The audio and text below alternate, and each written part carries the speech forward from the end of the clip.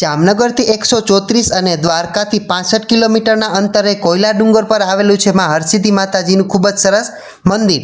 ચારેય બાજુ સમુદ્રથી ઘેરાયેલું માં હરસિદ્ધિ માતાજીનું મંદિર હર્ષદ ગાંધી ખાતે આવેલું છે અને ખૂબ જ પ્રાચીન મંદિર છે।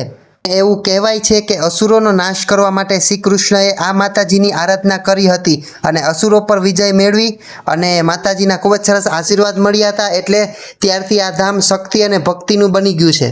તો મિત્રો, એવું કહેવામાં આવે છે કે કચ્છના એક વેપારી શેઠ જગડુશાહના જહાજ આ દરિયામાં ફસાયેલા હતા, તો તેઓએ આ માતાજીની આરાધના કરી અને આ માતાજીના આશીર્વાદથી તેઓના જહાજ બહાર નીકળી ગયા હતા અને ખૂબ જ સરસ રીતના આશીર્વાદ મળી ગયા હતા। તો તેઓએ માતાજીની ખૂબ જ સરસ આરાધના કરી અને આશીર્વાદ મળ્યા હતા અને એવું કહેવામાં આવે છે કે કોયલા ડુંગર પર હતું એ મંદિર હવે હાલ સમુદ્ર કાંઠે નીચે બિરાજમાન છે અને ખૂબ જ સરસ મંદિર છે। મેં પણ આશીર્વાદ લીધા અને આપ લોકો પણ જાજો। દ્વારકા જાવ તો 65 કિલોમીટરના અંતરે જ છે હરસિદ્ધિ માતાજીનું મંદિર। જય માતાજી।